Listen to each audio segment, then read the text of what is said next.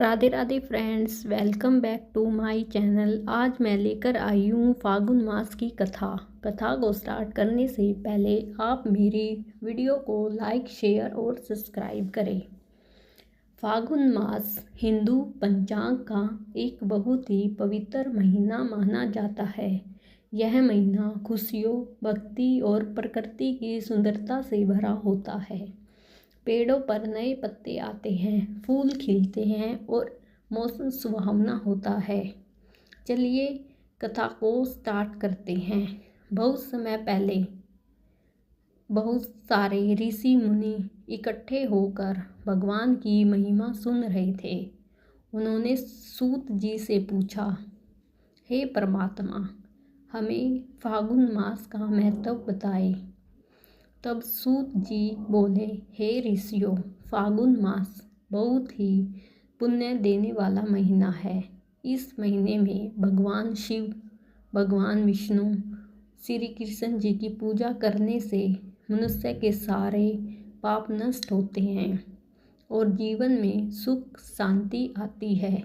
इस महीने में सुबह जल्दी उठकर स्नान करना चाहिए, साफ कपड़े पहनकर भगवान का ध्यान करना चाहिए और मंदिर जाकर दीप जलाना चाहिए।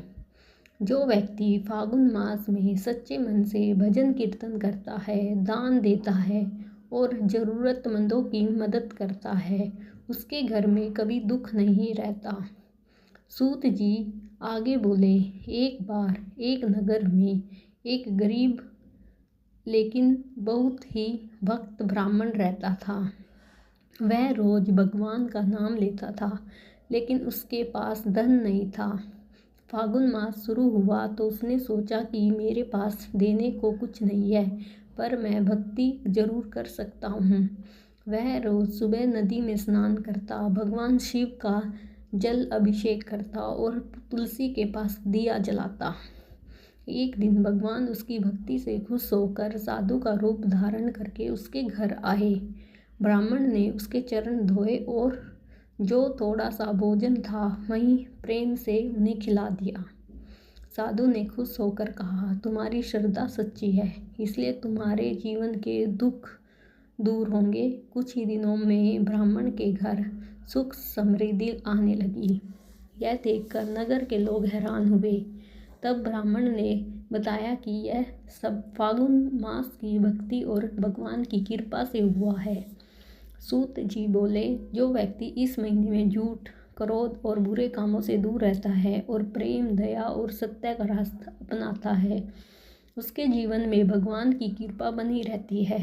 फागुन मास हमें सिखाता है कि जैसे प्रकृति में नए फूल खिलते हैं, वैसे ही हमें भी अपने जीवन को बुराई से साफ करके भक्ति और अच्छाई से भरना चाहिए। इस महीने में होली और महाशिवरात्रि जैसे पवित्र त्यौहार भी आते हैं, जो हमें भक्ति और बुराई पर अच्छाई की जीत का संदेश देते हैं। जो भक्त इस महीने की कथा सुनता है, भगवान का नाम जाप करता है, दूसरों के साथ प्रेम से रहता है, उसे जीवन में शांति, खुशियाँ और अंत में मोक्ष की प्राप्ति होती है। इसलिए हमें फागुन मास का आदर करना चाहिए, भक्ति करनी चाहिए और भगवान को अपने दिल में बसाना चाहिए। इस संदेश के साथ फागुन मास की कथा का पहला अध्याय समाप्त होता है, जो हमें सिखाता है कि सच्ची श्रद्धा और भक्ति से जीवन बदल सकता है। अगर आप लोगों को मेरी ये वीडियो पसंद आई है तो आप मेरे चैनल को लाइक, शेयर और सब्सक्राइब करें। राधे राधे।